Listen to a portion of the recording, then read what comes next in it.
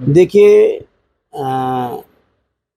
पिछले कई दिनों से इस बात की चर्चा थी उनके परिवार द्वारा, और ये बात केवल चर्चा तक नहीं थी।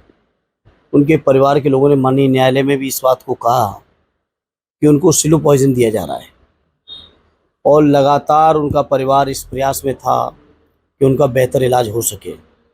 लेकिन आप सोचिए और कल्पना करिए, सीधे आईसीयू से ले जाके जेल में वापस कर देना बिना किसी मरीज को स्वस्थ हुए। तो सरकार की नीयत में तो शंका न होने का कोई सवाल ही नहीं है। 100% सरकार के द्वारा इस तरह की घटनाओं को किया जा रहा है। और आज बड़ा दुर्भाग्य है कि उत्तर प्रदेश के अंदर सबसे ज़्यादा कस्टोडियल डेथ अगर कहीं है तो हमारे उत्तर प्रदेश में है। लोग कहीं सुरक्षित नहीं हैं, ना सड़कों पर सुरक्षित हैं, ना अपने घरों में सुरक्षित हैं।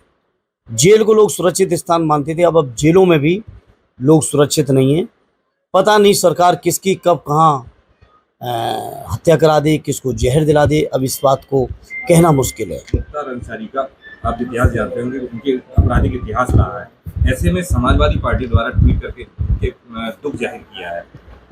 देखिए, जहाँ तक किसी भी व्यक्ति का आपराधिक अगर कोई इतिहास है, कोई केस है, मुकदमे हैं, उस सभी चीज़ों के लिए हमारे संविधान में व्यवस्था है माननीय न्यायालय की। और माननीय न्यायालय का फैसला देश के सरकार के लिए, देश के हर नागरिक के लिए स्वीकार है और स्वीकार हुआ है। लेकिन किसी भी सरकार को ये हक और अधिकार नहीं है कि किसी व्यक्ति की जान ले सके। भाई, अगर दोषी हैं तो कानून में प्रावधान है उन दोषों के। दुनिया में जितने तरीके के अपराध हैं, हर अपराध का सज़ा कानून में उसके प्रावधान है, न्यायिक प्रक्रिया है।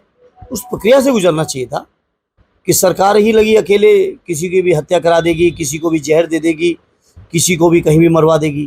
क्या ये काम सरकार का है? सरकार का काम है हर व्यक्ति की सुरक्षा करना और न्यायालय के फैसले का पालन करना। परिवार कह रहा है कि इसमें अंसारी जी की मौत पे षड्यंत्र रचा गया, तो स्लो पॉइजन दिया जा रहा है। समाजवादी पार्टी क्या ऐसी संभावना जताती, क्या ऐसा भी हो रहा है कस्टोडियल में? देखिए, कुछ भी हो सकता है। सरकार क्या करेगी इस बात का, अब आप किसी भी बात को ये ना मानिए कि सरकार ये नहीं कर सकती है। क्या कस्टोडियल रहते हुए, कस्टडी में रहते हुए हत्याएं नहीं हुई इसी प्रदेश के अंदर? क्या जेल के अंदर हत्याएं नहीं हुई इसी प्रदेश के अंदर? और ये जो कोई नई घटना नहीं है, उनको जो बीमार थे या नहीं थे या क्या था, ये तो जांच का विषय है। लेकिन पिछले कई दिनों से क्या ये बात बाहर नहीं आ रही थी?